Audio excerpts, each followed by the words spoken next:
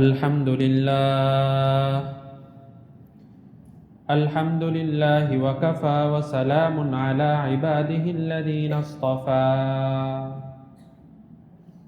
আম্মা বা'দু ফাআউযু বিল্লাহি মিনাশ শাইতানির রাজীম বিসমিল্লাহির রাহমানির রহিম ألم تر إلى الملأ من بني إسرائيل من بعد موسى إذ قالوا لنبي لهم ابعث لنا ملكا نقاتل في سبيل الله قال هل عسيتم إن كتب عليكم القتال ألا تقاتلوا قالوا وما لنا ألا نقاتل في سبيل الله وقد أخرجنا من ديارنا وأبنائنا فلما كتب عليهم القتال تولوا إلا قليلا منهم والله عليم بالظالمين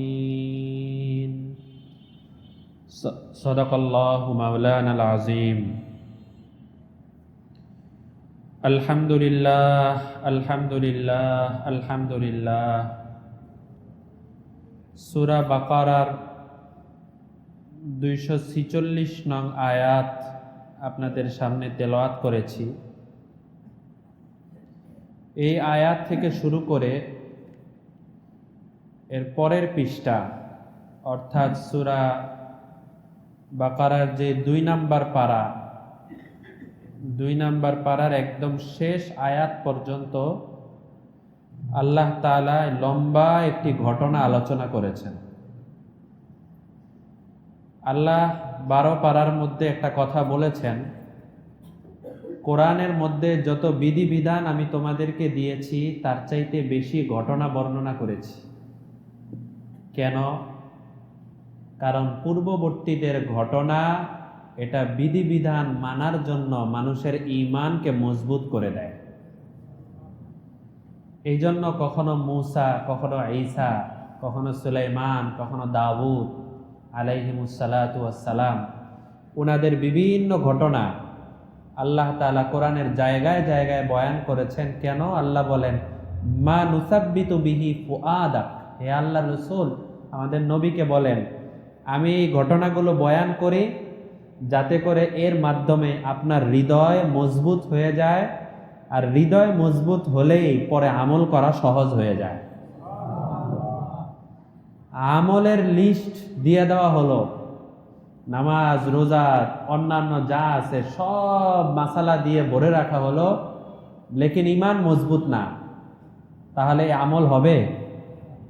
এই জন্য কোরআনের মধ্যে মাত্র 500 বা তার চাইতে একটু বেশি কিছু আয়াত হলো বিধিবিধানের আয়াত, আমলের আয়াত, আর বেশিরভাগ হলো মানুষের জেহেন তৈরি করা, যে আমলের জন্য তুমি প্রস্তুত হও, আখেরাতের জন্য প্রস্তুত হও। এই জিনিসগুলোই কোরআনের মধ্যে ভরা জায়গায় জায়গায়। আমরা এই জন্যই যত আমলের কথাই বলি কোরআন থেকে, হাদিস থেকে বা বুজুর্গদের জীবনের ঘটনা থেকে কোনো না কোনো ঘটনা আপনাদেরকে শুনিয়ে এই মেসেজটা দেই, যাতে করে এই ঘটনা শুনে আমল করাটা সহজ হয়। এটা কোরআনের একটা সিস্টেম, আল্লাহ তাআলা কোরআনে এইভাবেই বয়ান করেছেন। তো আজকের যে আলোচনাটা এটা হলো হযরত মূসা আলাইহিস সালাম দুনিয়া থেকে বিদায় হওয়ার অনেক বছর পরের একটা ঘটনা ঘটছিল। এই ঘটনাটা আল্লাহ শুধু এই কোরআনের এক জায়গায় বলেছেন, আর কোথাও বলেন নাই। আপনাদেরকে অনেক আগেই কয়েকবার বলা হয়েছে যে হযরত ইব্রাহিম আলাইহিস সালাম এর বিবির নাম ছিল সারা। সারা থেকে দীর্ঘদিন সন্তান হচ্ছিল না, আর ইব্রাহিম আলাইহিস সালাম তখন এক বাদশার পক্ষ থেকে উপহার হিসাবে জিনিসপত্র পেয়েছিলেন আর একজন বাদী পেয়েছিলেন খেদমতের জন্য, যে তোমাকে উপহার দিলাম। এই বাদীর নাম ছিল হাজেরা। তো তো ইব্রাহিম আলাইহিস সালামের স্ত্রী সারা উনি বললেন, দীর্ঘদিন ধরে আমার থেকে যেহেতু সন্তান হচ্ছে না, আপনার বয়সও 120 বছর, কোনো বর্ণনা 105 বছর, 100-র উপরে বয়স হয়ে গেছে, তো এখন তো আমার থেকে সন্তান হবে না, এটা বোঝাই যাচ্ছে।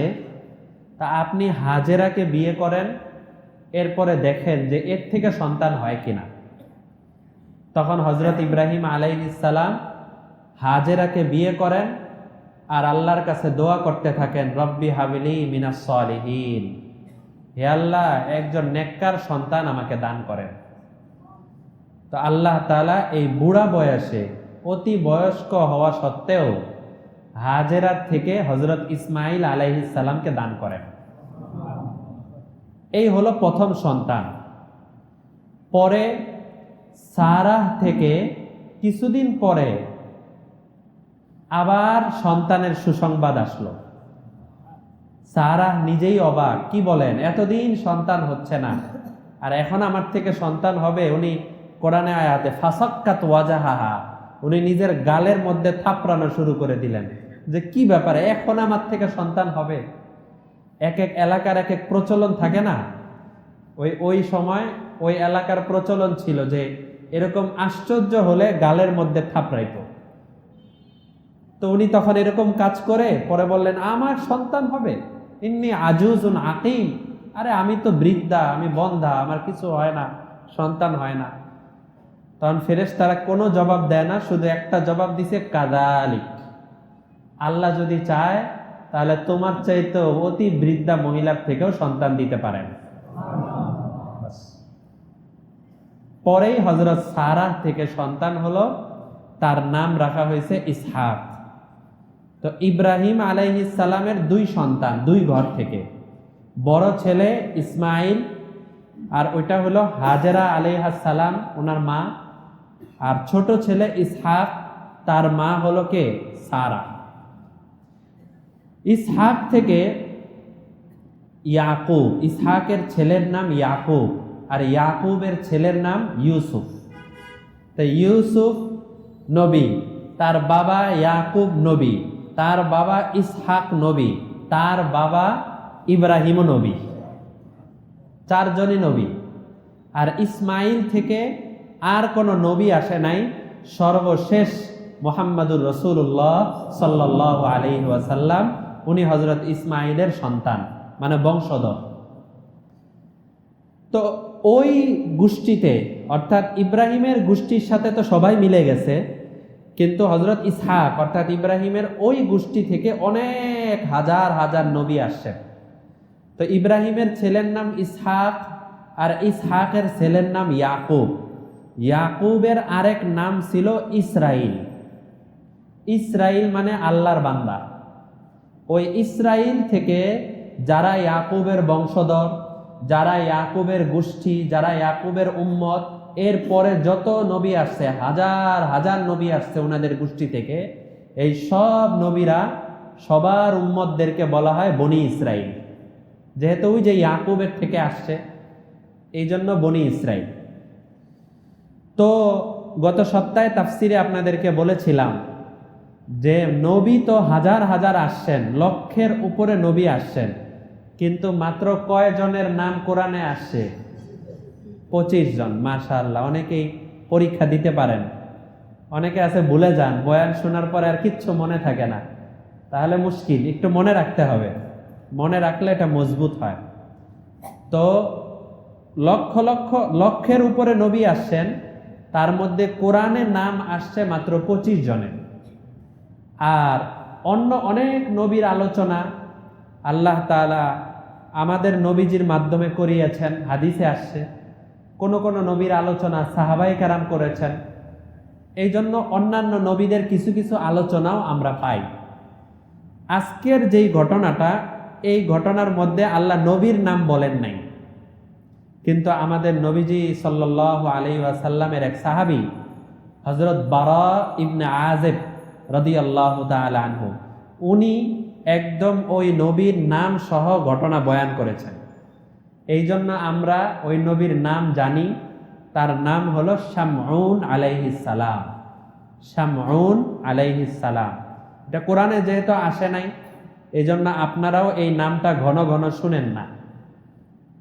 তো এই যে বনি ইসরাইলের বাহিনী হযরত মূসা আলাইহিস সালাম দুনিয়া থেকে যাওয়ারও অনেক বছর পরে তাদের ওই সময়ের এক বাদশাহ, তার নাম ছিল জালুত।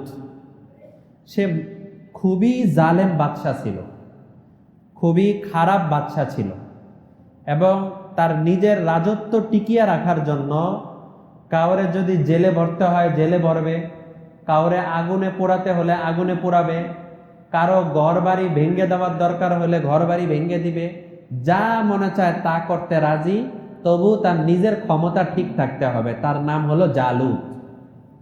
কোরআনে এই জালুতের আলোচনা আসছে, এই যে আজকের আলোচনা। তো সে তো কিছুদিন রাজত্ব করছে, করার পরে সে তো চলে গেছে। কিয়ামত পর্যন্ত তার অপকর্মের বর্ণনা কোরআনের মধ্যে আলোচনা মানুষ পড়ছে, কিয়ামত পর্যন্ত পড়তে থাকবে, এটা নিয়ম।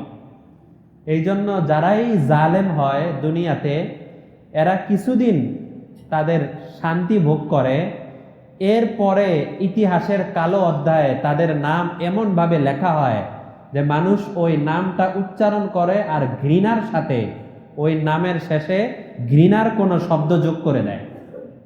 সমস্ত জালেমদের ব্যাপারে এই বিধান।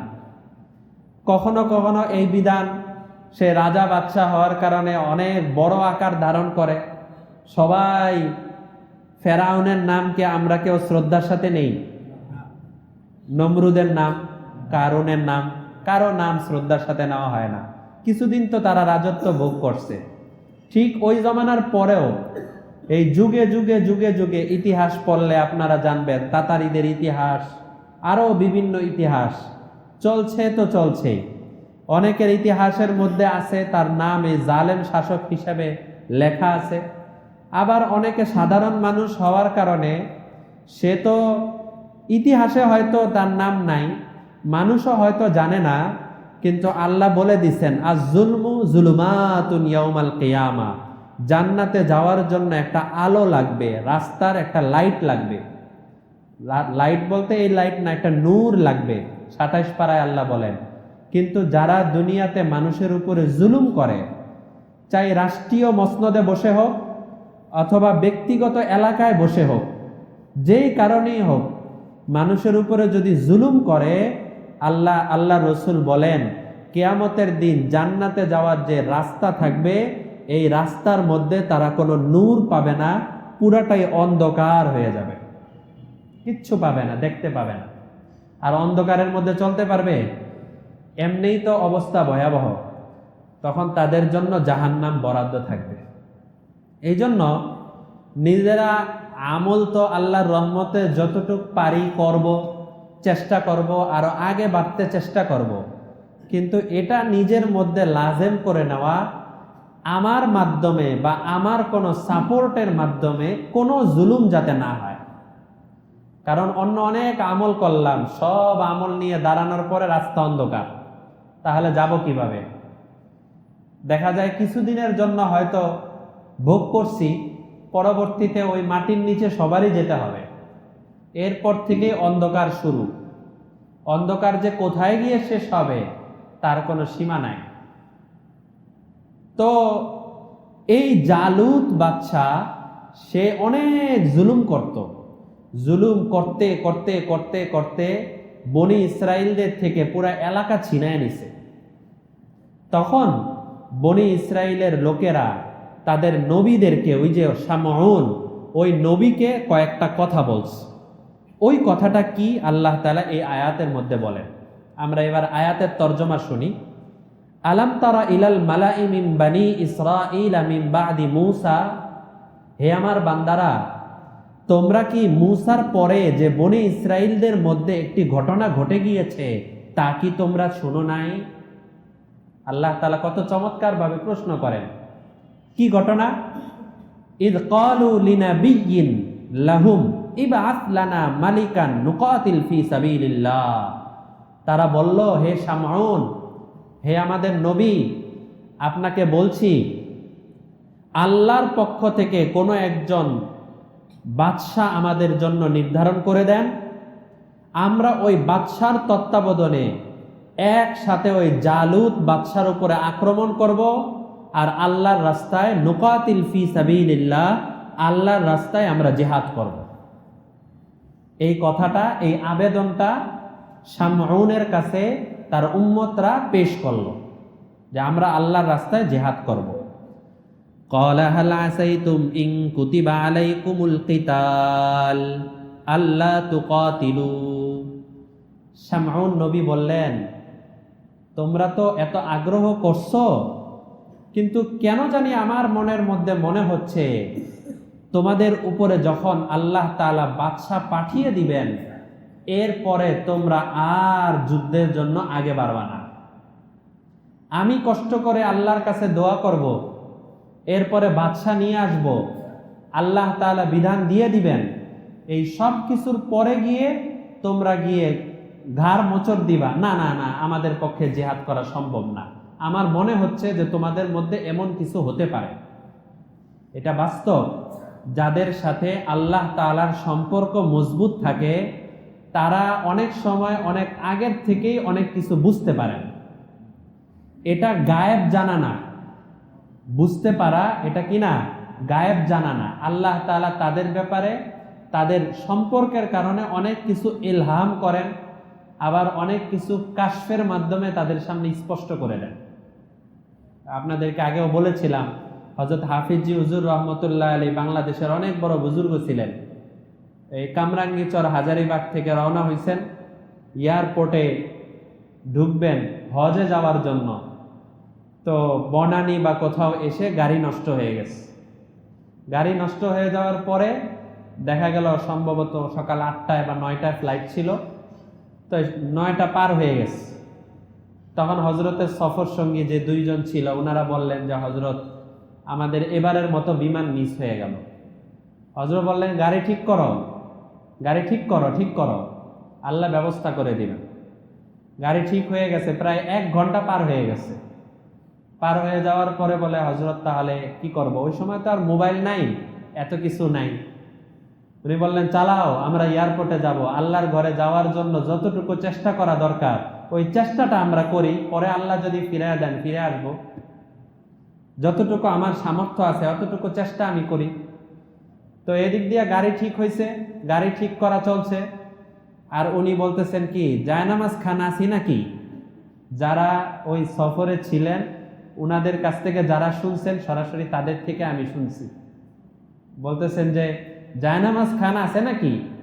উনি যেহেতু বাড়ি ছিল লুধুয়া, নোয়াখালী, এই জন্য একটু নোয়াখালীর ভাষায় কথা বলতেন, আবার উর্দু মিশ্রিত থাকতো।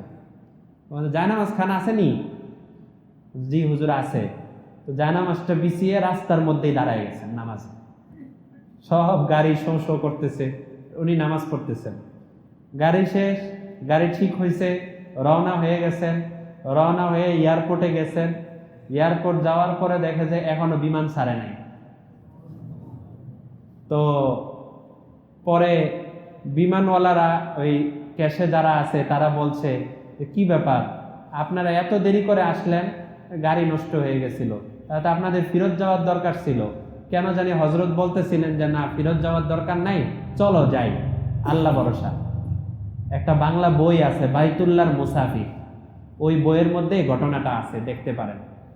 তো যাই হোক, এরকম আল্লাহ ওয়ালাদের কাছে অনেক সময় অনেক কিছু আগ্রহর আগে ভাগেই ওনারা বুঝতে পারেন যে হয়তো আল্লাহ তাআলার ইশারা এরকম। এই জন্যই তো নবীজি বলছেন, ইত্তাকু ফিরাসাতাল মুমিন ফাইন্নাহু ইয়ানজুরু বিনুরিল্লাহ। শোনো, তোমরা আল্লাহ ওয়ালাদের অন্তর্দৃষ্টিকে একটু ভয় করে চলো, কেননা তারা তোমাদের দৃষ্টি দিয়ে দেখে না। ফাইন্নাহু ইয়ানজুরু বিনুরিল্লাহ, তারা আল্লাহর নূর দিয়ে দুনিয়ার অনেক কিছু দেখতে পায়।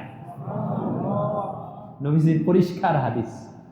তো এটা অনেক আল্লাহ ওয়ালাদের মনের মধ্যে থাকে, নবীদের মনের মধ্যেও আসতো, সাহাবীদের মনের মধ্যেও আসতো, সবার মনের মধ্যে এরকম ছিল। তো উনি বললেন, হাল আসাইতুম ইন কুতিবা আলাইকুমুল কিতালু আল্লা তুকাতিলু। আমার তো মনে হচ্ছে তোমাদের উপরে যখন জিহাদ দিয়ে দেওয়া হবে তখন তোমরা আর যুদ্ধে যাবা না। তখন এরা খুব কঠিন প্রতিবাদ করলো নবীর এই কথা। ক্বালু ওয়ামা লানা আল্লা নুকাতিলা ফি সাবিলিল্লাহ ওয়া ক্বাদ উখরিজনা মিন দিয়ারিনা ওয়া আবনাইনা। পুরো মিছিল ডাক দিল একরকম, বলল কি বলেন, ওয়ামা লানা, আমরা কি এত কাপুরুষ, আল্লাহ নুকাতিলা ফি সাবিলিল্লাহ, আমরা আল্লাহর রাস্তায় জিহাদ করব না, যুদ্ধ করব না। ওয়া ক্বাদ উখরিজনা মিন দিয়ারিনা ওয়া আবনাইনা, অথচ আমাদের বাড়ি, আমাদের ঘর বাড়ি, আমাদের জমি জামা, আমাদের সবকিছু ওই জালুত বাদশা নিয়ে গেছে। ও আবনাইনা, এবং আমাদের ছেলেদেরকে, বাচ্চাদেরকে নিয়ে গেছে, গোলাম বানিয়ে রাখছে। এরপরেও এই বাদশার সাথে আমরা যুদ্ধ করব না, এটা কোনো সময় সম্ভব? ফালাম্মা কুতিবা আলাইহিমুল কিতালু তাওয়াল্লাউ ইল্লা কালিলাম মিনহুম, এরপরে যখন তাদের উপরে জিহাদ দিয়ে দেওয়া হলো, পরে ফলাফলে দেখা গেল বাস্তবেই অল্প কয়েকজন ছাড়া সবাই জিহাদ থেকে মুখ ফিরিয়ে নিয়েছে। ওয়াল্লাহু আলিমুম বিজ্জালিমিন, আল্লাহ এই জালেমদের ব্যাপারে অনেক ভালো জানেন। এখন জিহাদ থেকে তারা কেমনে মুখ ফিরাইছে এটা আল্লাহ তাআলা পরের আয়াতে বলতেছেন। ওয়াকালা লাহুম নাবিয়্যুহুম ইন্নাল্লাহা ক্বাদ বা'আসা লাকুম তালুতা মালিকা, বাদশার নাম কি? জালুত। জালেম বাদশার নাম কি? জালুত। শামউন তখন বললেন, নবী বললেন, ইন্নাল্লাহা ক্বাদ বা'আসা লাকুম তালুত, বাদশার নাম জালুত।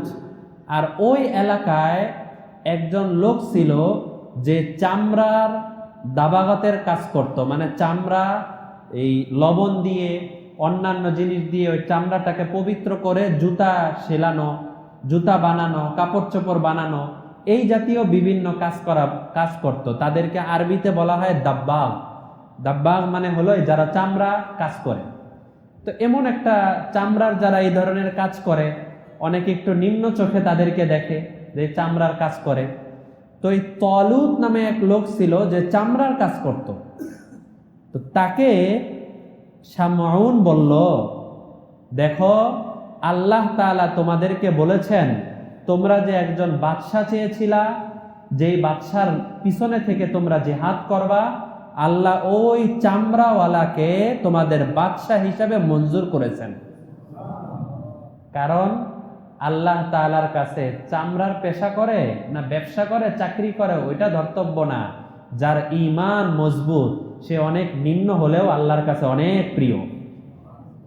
আর অনেক মানুষ, অনেক দামি মানুষ, কেউ তার সামনে কোনো কথাবার্তা বলতে পারে না, লেকিন লোকটার মধ্যে জুলুমের অভ্যাস আছে, লোকটার মধ্যে গুনাহের অভ্যাস আছে, তাহলে আল্লাহর কাছে সে একদম নাখাস্তা, তার কোনো দামই নাই। কেয়ামতের আগে আনুমানিক 40 দিন আগে পুরা পৃথিবীর মধ্যে একজনও আল্লাহ আল্লাহ বলনেওয়ালা লোক থাকবে না, একজনও থাকবে না। পুরা পৃথিবীর মধ্যে কাফের ভরে যাবে। এক একজন ধনী হবে, বিশাল বিশাল ধনী, বড় বড় পাহাড় পরিমাণ তাদের ধন সম্পদ সব ভরে যাবে। কিন্তু এই কাফের গোষ্ঠী সব ভরে যাবে পৃথিবীর মধ্যে। পুরা পৃথিবীতে আল্লাহর কাছে সামান্য পরিমাণ কোনো দাম নাই। পুরা পৃথিবী আল্লাহ তাআলা টিকিয়ে রাখছেনই। আল্লাহ রসুল মুসলিম শরীফের হাদিসে আছে, আল্লাহ শুধুমাত্র আল্লাহ আল্লাহ এই ডাক শোনার জন্য আল্লাহ পৃথিবীটাকে টিকায় রাখছে। যেদিন এই ডাক বন্ধ হয়ে যাবে, এই ডাক দেওয়ার মতো কোনো মানুষ থাকবে না, ওই দিন আল্লাহ পৃথিবীটাকেও ধ্বংস করে দিবেন। এই জন্য পৃথিবীতে এমন অনেক মানুষ আছে, আমাদের সাথেই আছে, যারা শেষ রাতে উঠে আল্লাহ আল্লাহ আল্লাহ আল্লাহ ডাকতে থাকে, যারা তেলাওয়াত করতে থাকে, যারা জিকির করতে থাকে। এদের জন্য আল্লাহ দুনিয়াটা টিকায় রাখছে। দুনিয়ার মানুষদের বিবেচনায় কেউ বলে মোল্লা, কেউ বলে এই বিভিন্ন, এটা নবীরেও বলছে, সাহাবীদেরকেও বলছে। 29 পারায় আল্লাহ বলে দিচ্ছেন, বলতো গণক গণক গেলে আগে আগেই সব বলে দেয়, এটা গণক। বলতো এটা কবি, আরে এটা তো পাগল, এই জাতীয় কত কথাবার্তা যে বলছে। কিন্তু আল্লাহর কাছে কি উনি পাগল ছিলেন? হ্যাঁ, পাগল ছিলেন, আল্লাহর পাগল ছিলেন, উনি আল্লাহর আশিক ছিলেন। তো এই সুন্নত, নবীকে পাগল বলার এই সুন্নত, এটা প্রত্যেক জমানায় থাকবে। মানুষ তাদেরকে দাম দিবে না, তাদেরকে গণায় ধরবে না, তাদেরকে মূল্যায়ন করবে না, কিন্তু তারা যখন ইন্তেকাল করে তখন কোন কোন সময় তাদের ইন্তেকালের সাথে সাথে বৃষ্টি বর্ষণ হয়। হাদিসে আছে এই বৃষ্টিটা, এটা বৃষ্টি না, এটা আকাশের কান্না। আকাশ বলে যে তোমার কারণে আমি এতদিন বেঁচে ছিলাম, কিন্তু তুমি চলে গেলা, আজকে তোমার মতো এত সুন্দর আমলগুলো প্রতিদিন আমার উপর দিয়ে এরপরে আসমানে যাইতো, আজকে থেকে আর তোমার আমল উঠবে না। বাতাস, গাছের পাতা, বিভিন্ন মাখলুকাত তারা কান্না করতে থাকে। কোন কোন জায়গায় আছে যে তাদের পাতাটা মানুষের নজরে ওই এলাকার পাতাগুলো অনেক সময় নিচু হয়ে যায়। কেন? যে এই আমলওয়ালা মানুষের আমলগুলো আর আমরা দেখব না, কারণ এর আমলের উসিলাই আমরা এতদিন পর্যন্ত এত শান্তিতে ছিলাম। তো এই তালুত সে হলো সাধারণ একজন মানুষ, তার তেমন কোনো দুনিয়া হিসাবে কোনো ব্যাকগ্রাউন্ড নাই, কোনো কিছু নাই। তো শামউন বলল যে আল্লাহ তোমাদেরকে বাদশাহ হিসাবে তালুতকে পাঠাইছেন। এখন তারা প্রশ্ন করে, ক্বালু আন্না ইয়াকুনু লাহুল মুলক আলাইনা, আমাদের উপরে মুলক অর্থাৎ রাজত্ব এই তালুত করবে। ওয়া নাহনু আহাক্কু বিল মুলকি মিনহু, আরে তালুতের চাইতে তো আমাদের দলবল অনেক বেশি, আমরা এক ডাক দিলে বহু লোক চলে আসে, আমাদের পাওয়ার অনেক বেশি। ওয়ালাম ইউতা সাআতাম মিনাল মাল, আর তালুতের তো কোনো মালও নাই। যদি এমন হতো যে তার হয়তো সংগঠন নাই, দল নাই, তার লোকজন নাই, কিন্তু তার মাল আছে, তাহলে বুঝতাম যে সে একজন ধনী মানুষ। তো তার দলও নাই, তার ধনও নাই, দলও নাই, ধনও নাই, তাহলে এই লোক আবার আমাদের বাদশা হবে কি জন্য? প্রথমেই প্রশ্ন করল। তখন শামউন কিছুই বলে না, দুইটা কথা বলল। ক্বালা ইন্নাল্লাহা আসতাফাহু আলাইকুম, শোনো তোমাদের সবার মধ্যে আল্লাহ এই তালুতকেই অনেক পছন্দ হয়ে গেছে। ওয়াজাদাহু বাসতাতান ফিল ইলমি ওয়াল জিসম, তার জ্ঞান অনেক বেশি, ইলম অনেক বেশি। বাসতাতান ফিল ইলম, তার ইলম অনেক বেশি। ওয়াল জিসম, এবং তার শরীরের শক্তিও অনেক মজবুত। আর জিহাদ করার জন্যই দুইটা জিনিস লাগে, একটা হলো বুদ্ধি লাগে, কিভাবে হামলা করতে হবে, কিভাবে দলটাকে পরিচালনা করতে হবে, এই একটা বুদ্ধি লাগে। আর দুই নাম্বার হলো শরীরের শক্তি লাগে। নবীজি মুতার যুদ্ধে পাঠাইছেন সাহাবায়ে কেরামকে, প্রথম যিনি শহীদ হয়ে গেছেন, দ্বিতীয় যিনি উনিও শহীদ হয়ে গেছেন, তৃতীয় যিনি উনিও শহীদ হয়ে গেছেন। এরপরে চতুর্থবারে হযরত খালিদ ইবনে ওয়ালিদ রাদিয়াল্লাহু তাআলা আনহু পতাকা নিছেন। নেওয়ার পরে রাতের বেলা উনি একটা কাজ করছেন। কি কাজ? বলল, আমাদের 3 জন সেনাপতি তো শহীদ হয়ে গেছে, আমরা সকাল থেকে যারা পিছনের লাইনে তোমরা ছিলা তারা সবাই সামনে চলে আসবা, আর সামনের লাইনে যারা ছিলা তারা পিছনে চলে আসবা। ডানে যারা ছিলা তারা বামে চলে আসবা, আর বামে যারা ছিলা তারা ডানে চলে যাবা। এইভাবে আমরা জিহাদ করব। তো প্রথমে এইভাবে আক্রমণ করছে। আক্রমণ করার পরে কাফেররা দেখে সব নতুন নতুন চেহারা। তখন তারা ধারণা করছে যে মনে হয় মদিনা থেকে আবার বাহিনী আসছে। এরপরে খালিদ বিন ওয়ালিদ দ্বিতীয়বার আবার আক্রমণ করার সময় আবার পুরা দলকে উলটপালট করে দিচ্ছে। উলটপালট করে দিয়ে আবার আক্রমণ করছে। এবার আক্রমণ করে দেখেন আবার নতুন নতুন চেহারা। কাফেররা আর কোনো মোকাবেলাই করে নাই, মোকাবেলা সারা পালায় চলে গেছে। মুতার যুদ্ধে এভাবে বিজয় হয়ে গেছে। এই বিজয় হয়েছে কিভাবে? টেকনিক, মাথার বুদ্ধি। অনেকে বলে যে সাহাবায়ে কেরাম খুব সাদাসিধা ছিলেন, উনি কিচ্ছু বুঝতেন না, এত আবার বোকা ছিলেন না যে দুনিয়া সবাই ওনাদেরকে লাথি মারবে, এরকম বোকাও ছিলেন না। ওনারা এই এলেম যে জিনিসটা, টেকনিক যেটা দরকার, ওইটা ওনাদের মধ্যে প্রচুর ছিল। আমাদের নবীজিরও তো কত ছিল। মক্কা থেকে যাওয়ার দরকার, মদিনা হলো মক্কা থেকে কোন দিকে? উত্তর দিকে। মক্কা থেকে উত্তর দিকে মদিনা, নবীজি গারে সৌর দক্ষিণ দিকে গেছেন। সব কাফেররা পায়ের চিহ্ন দেখে দেখে সবাই দক্ষিণ দিকে রওনা হয়ে গেছেন। 3 দিন পরে নবীজি আবার মদিনার দিকে রওনা হয়ে গেছেন। সবাই ওই দক্ষিণ নিয়ে ব্যস্ত, আর এদিক দিয়ে নবীজি মদিনায় চলে গেছে। এটা হলো বুদ্ধি। এই বুদ্ধিটা প্রয়োজন হয়। তো তালুত, শামউন বলল যে তালুতকে তো আল্লাহ তাআলা বুদ্ধি দিয়েছেন, ওয়াল জিসিম, এবং তার শরীরে শক্তি দিয়েছেন। তবে জেনে রাখো ওয়াল্লাহু ইউতি মুলকাহু মাইয়াশা, আল্লাহ যাকে চান তাকে তার রাজত্ব দিতে পারেন। ওয়াল্লাহু ওয়াসিউন আলিম, আর তোমরা যেটা বললা যে এর তো কোনো টাকা পয়সা নাই, টাকা পয়সা আজকে নাই, আল্লাহ যদি চান তাহলে অচিরেই দিয়ে দিতে পারেন। অনেক গরিব মানুষদেরকে আল্লাহ তাআলা খুব সহজেই ধনী বানায় দিয়েছেন। তো আল্লাহ তাআলাই ভালো জানেন তাকে টাকা দিবেন, তাকে সম্পদ দিবেন না দিবেন না, আল্লাহ ভালো জানেন। আল্লাহ যদি চান তাহলে টাকা দিতেও পারেন, আর যদি না চান তাহলে এই অবস্থায় তার দ্বারা জিহাদ করাবেন।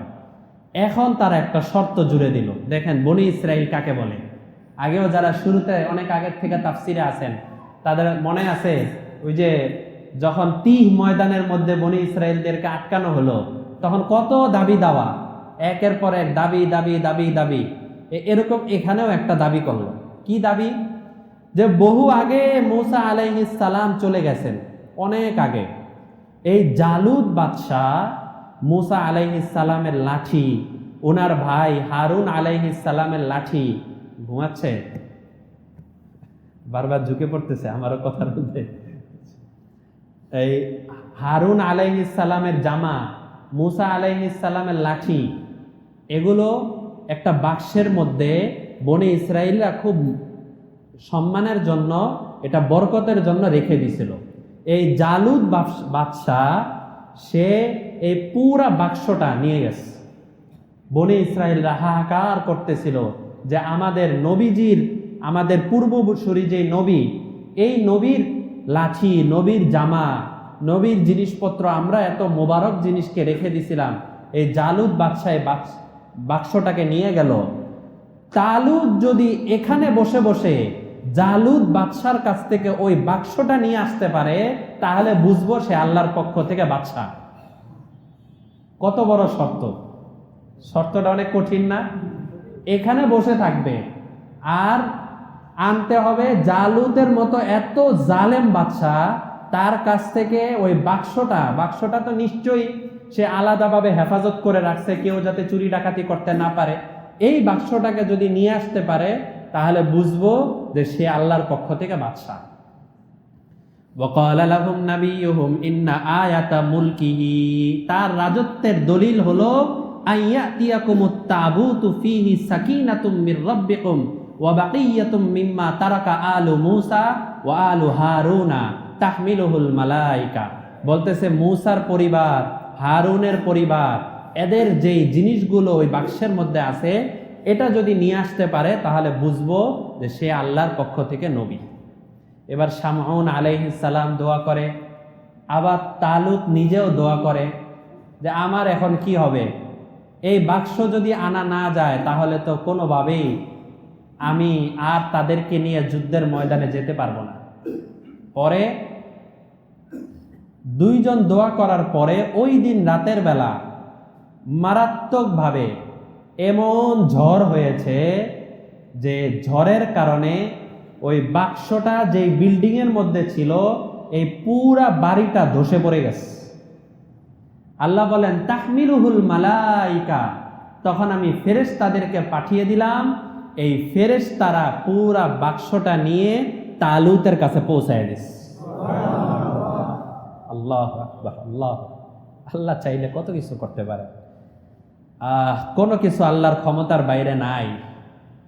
তালুত তখন সকালবেলা উঠে যখন দেখে বাক্সটা তার দরজার সামনে ছিল, দরজার সামনে রেখে চলে গেছে। মালাইকা মানে ফেরেশতা, তো এই ফেরেশতারা বাক্স দিয়ে গেল।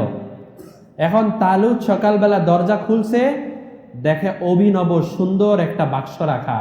এই বাক্সটা খুলছে, দেখার পরে দেখে যে এখানে মূসা আলাইহিস সালামের লাঠি, এখানে হারুন আলাইহিস সালামের জামা, সাকিনাতুম মির রাব্বিকুম, রবের পক্ষ থেকে আলাদা কিছু নিয়ামত, এই জিনিসগুলো, এবং কি ওই যেই মান্না ওয়া সালওয়া, যেটা আসমান থেকে যে খাবার আসতো, ওই খাবারও এখানের মধ্যে সংরক্ষিত ছিল। এই সব জিনিসগুলা যখন উনি দেখায় দিলেন, দেখায় দেওয়ার পরে আল্লাহ এখানে বলেন তোমাদের জন্য ইন্না ফি যালিকা লাআয়াতাল লাকুম ইন কুনতুম মুমিনিন, তোমরা যদি মুমিন হয়ে থাকো তাহলে এই আয়াতগুলো, এই ঘটনাগুলো তোমাদের জন্য নিদর্শন, তোমাদের জন্য এটা আমল করার মতো বিষয়। মূল ব্যাপার হলো নবীদের যেই বরকত আছে, আল্লাহওয়ালাদের যে বরকত আছে, এই বরকতগুলাকে কেউ যদি বরকতের নিয়তে রাখে, আলাদা কোনো শিরিক করা যাবে না, ভালোভাবে বুঝতে হবে, কোনো শিরিক করা যাবে না। বরকতের নিয়তে যদি কেউ বাক্সের মধ্যে রেখে দেয় তাহলে এটা শরীয়তে জায়েজ আছে। যেমন কোনো একজন আল্লাহওয়ালা কোনো একটা হাদিয়া দিল ওনার নিজ হাত দিয়ে, তাহলে ওই হাতের বরকত হিসাবে ওটা রেখে দেওয়া, এটা জায়েজ আছে। আমাদের নবীজি যখন মক্কা শরীফে এই হজ করতে আসছেন, জীবনের ইন্তেকালের মাত্র অল্প কয়েক মাস আগে হজ করতে আসার পরে আরাফার ময়দানে পার হয়ে মিনায় গিয়ে যখন নবীজি ওনার বাবরি চুল পুরা হলক করে ফেলছেন, মাথা হলক করে ফেললেন, তখন এই চুলগুলো নেওয়ার জন্য সাহাবায়ে কেরামের মধ্যে মারামারি, মানে কথা কাটাকাটি শুরু হয়ে গেছে যে এই নবীজির চুল আমি নিবই। পরে নবীজি আলাদাভাবে বিচার বসাইতে হয়েছে যে সবাই আসো, আমি ফায়সালা দিব। কতটা ভালোবাসতেন সাহাবায়ে কেরাম।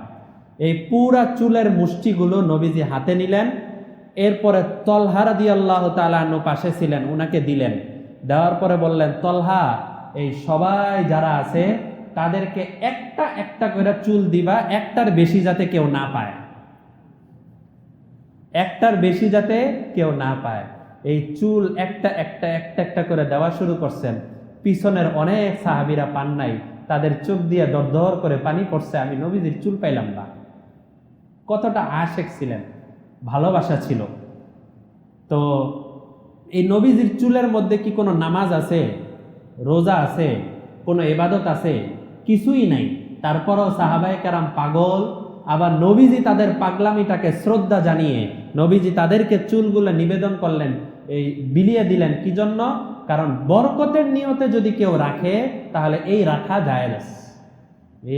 জায়েজ।